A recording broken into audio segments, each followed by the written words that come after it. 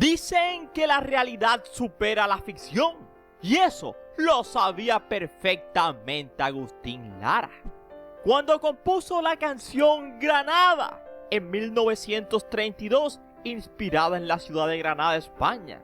Curiosamente, nunca la había visitado, pero en su letra de la canción la describió como un sueño exótico y poético, con referencias a sus almenas, flores morenas y Alhambra. Y años después, cuando conoció a Granada, lloró al ver que la realidad superaba la imaginación. Pero paradójicamente, aquel hombre que nunca le faltaron las mujeres, que muchas lo quisieron, unas por su voz, otras por su rebeldía y algunas por ser un mito. No era guapo, nunca fue hermoso, tenía una cicatriz, como quien dice, o conoce la rudeza de la calle y la melancolía del que ha vivido más de lo que ha soñado. Así que pese a su voz ronca, rota y real, sus últimos días los pasó completamente solo. Desde el 4 de noviembre de 1970 estaba internado en la habitación 347 del Hospital Inglés, en la Ciudad de México. Y cuando se iba de este mundo, el viernes 6 de noviembre del 70, solo lo acompañaba un médico residente, quien fue quien dio el parte. La causa oficial de su deceso fue insuficiencia cardíaca. Y ni siquiera su última esposa estaba con él en ese momento, porque confiaba en la ligera mejoría que había experimentado el famoso Flaco de Oro. Ese mismo que su voz sonaba en radios polvorientas, en cantinas perdidas y en corazones rotos. Ese mismo que tenía el don de tocar lo que dolía y volverlo música. No tenía atractivo, pero era fuego. Así que con él perecía no solo el bolero, como uno de sus precursores, sino también la historia de amor polémica que tuvo con Rocío Durán, su hija adoptiva, la cual fue muy polémica porque su diferencia de edad era de 44 años. Él tenía más de 60 cuando la conoció, y no solo eso impactó al público, sino que se escandalizó el modo en que conoció a Rocío Durán. Resulta que Agustín Lara y María Félix, la doña, se habían casado en 1948. Para ese entonces, la doña ya tenía 2 matrimonios anteriores a cuestas, mientras él solo tenía 1.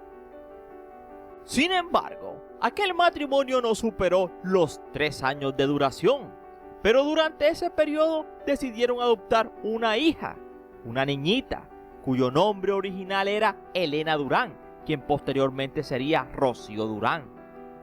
Pero tras la disolución familiar y un par de años después, Agustín Lara siguió su vida romántica y empedernida. María Félix se volvió a casar en el 52 con Jorge Negrete, mientras él tenía de pareja a la Gigi, a Yolanda Santa Cruz Gasca, a la cual dejó por Vianey Larraga. Con Vianey tendría su único hijo biológico, Agustín Lara Jr. Sin embargo, la historia de amor con Larraga, con Vianey, fue tan prematura y tan rara porque ella lo conoció en el 57, cuando trabajaba como edecán en un programa de televisión. Un día apareció él en el foro, en una entrevista, y se impactó con su personalidad. Ella tenía solamente 17 años y le encantaba escucharlo en la radio. Le encantaba la historia de que conquistó a una mujer como María Félix. Ella tomó la iniciativa de acercarse al compositor para confesarle que lo admiraba. Pocas palabras y una química entre ambos motivó a que él la invitara a su casa. Y ella aceptó. Esa invitación se extendió con un ejercicio de seducción que consistió en canciones dedicadas. Y ese mismo día tendrían intimidad. Hicimos lo que hacen las personas mayores, confesaría Vianey. años después. Para ese entonces él tenía 60 y permanecieron juntos hasta que una madrugada tocaron a la puerta de la casa de la familia. Era una mujer que argumentaba ser la hija de Agustín Lara. Su nombre, Rocío Durán, fue recibida por la señora Vianey Lárraga y ésta la conminó a dormir en el cuarto de visitas dada la hora.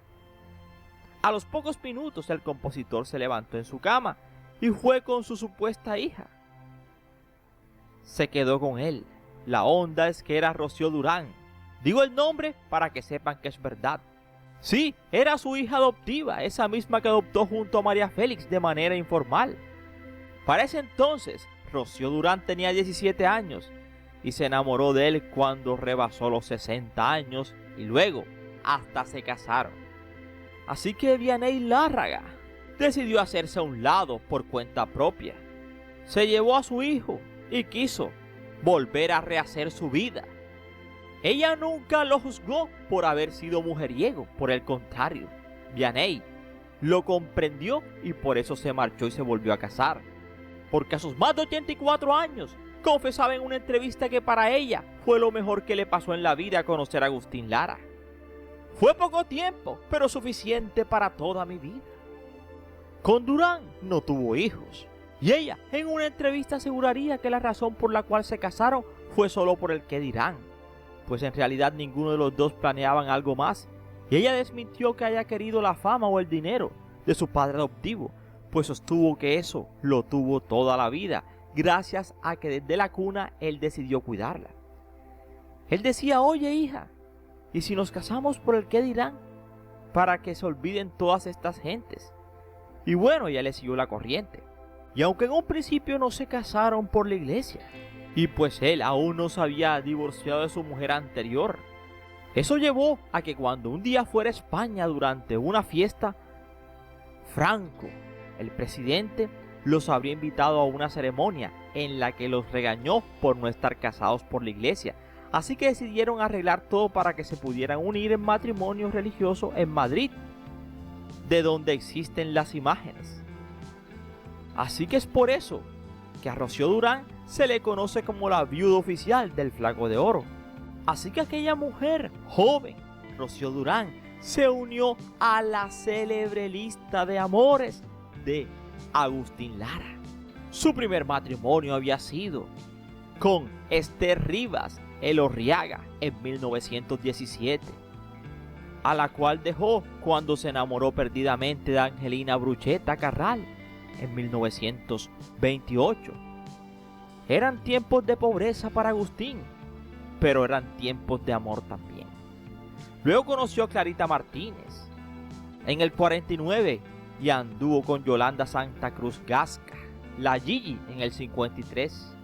Pero lo más relevante de su vida amorosa y clave fue el matrimonio con María Félix, la icónica actriz del cine de oro. Con Félix tendría lamentablemente una relación tormentosa, infidelidades por parte de ambos, engaños mutuos y demás, y hasta con una tal Clara Martínez, incluyendo a con quien tuvo un hijo, Vianey Lárraga. Así que las mujeres que pasaron por su vida no fueron simples musas, sino figuras que lo amaron y odiaron, dejando huellas profundas en su vida.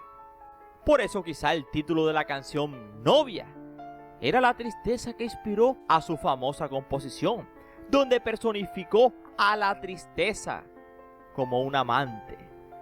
Pero todas ellas en común vivieron tristezas de forma diferente. Muchas de ellas experimentaron el amor con Lara a través de la prisma de su compleja y dominante personalidad, lo que les dejó cicatrices emocionales. Con su encanto, talento, como lo quieran llamar, Lara era un hombre de pasiones intensas. A él nunca le importó la sociedad, ni sus complejos, ni el qué dirán. Desde damas de alta sociedad hasta mujeres de la vida galante, alegre. Incluso llegó a compartir un departamento en Coyoacán con Raquel Díaz de León, una mujer de la vida alegre. Así que vivió como quiso Agustín Lara, sin cuentas, sin perdones, sin planes. Amó la música más que a sí mismo y quizá por eso nunca se quedó en ningún lugar por mucho tiempo. Pero el tiempo no perdona ni a los que cantan con el alma. A los 73 años su voz se apagaba en una camilla del hospital inglés de la Ciudad de México. No hubo fanáticos afuera, no hubo mujer al lado. Irónicamente, de tantas que tuvo, ni Rocío estaba al lado de ella. No hubo guitarras, tampoco hubo flores, solo un médico de guardia que lo miró partir, sin prensa, sin aplausos, sin una mano que lo tomara. Dicen que en sus últimos minutos murmuró alguna melodía, otros que simplemente guardó silencio. Tal vez simplemente se quiere creer que el mito de Agustín Lara partió con una canción para sí mismo, o tal vez por fin una canción de despedida. Porque así fue él, un hombre que cantó para multitudes, pero que al final perecería sin testigos. Y aún así, después de todo, su voz no pereció, sino que sigue viva en aquellos que aún escuchan su música. Porque ¿a quién no le gusta un bolero? A personas mayores, a jóvenes, a todos. Así que el veracruzano, sus restos descansan en el legendario Panteón Civil Dolores, en Ciudad de México, junto a otros personajes ilustres de México. Así que si quieres saber un poco más, te invito a que te sientes, a que te relajes y que disfrutes del siguiente video. Somos 007 Ernie Videos, tu mejor opción, y gracias por preferirnos. Y recuerda que cada día somos más y que tú eres nuestra estrella. Mis estrellas, esas que tanto quiero, sueño y sé que ellas me quieren a mí. Mis estrellas.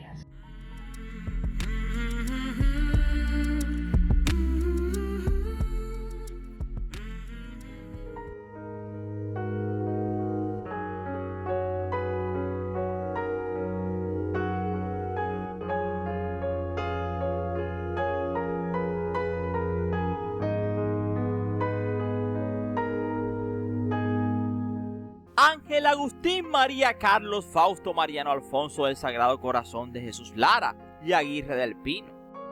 Unos dicen que nació un 30 de octubre de 1897 en Tlacotalpan, Veracruz, mientras otros dicen que nació en 1900.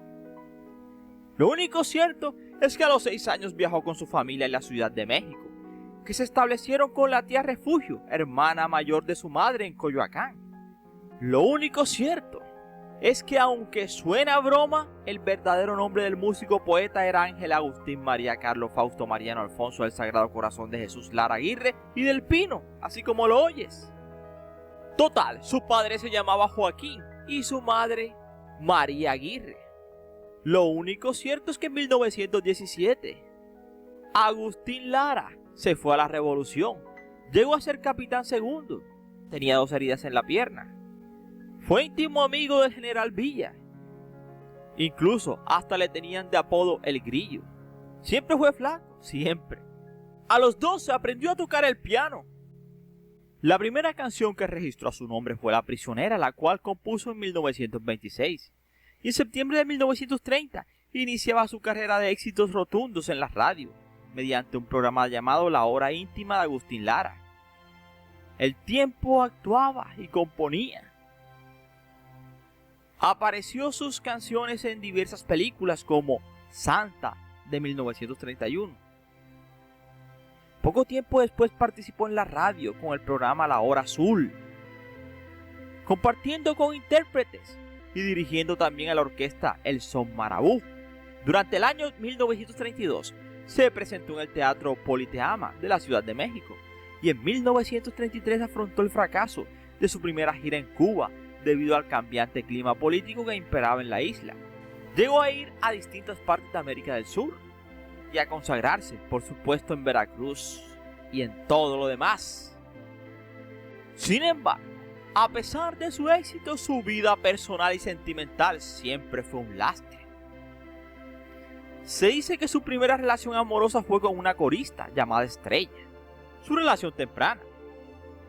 Y ella fue la que, debido a los celos, le agredió, causándole la famosa cicatriz en la mejilla.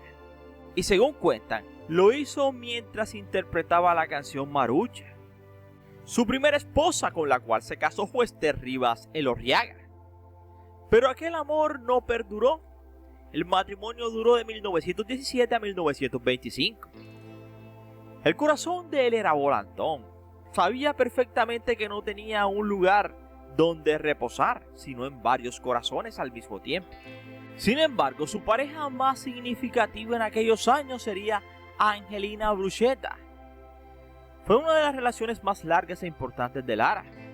Vivieron juntos 10 años y durante ese tiempo compuso muchas de sus canciones más famosas. La relación estuvo marcada por episodios de violencia física y emocional. Luego se casaría con Carmen Sosaya, conocida como La Chata.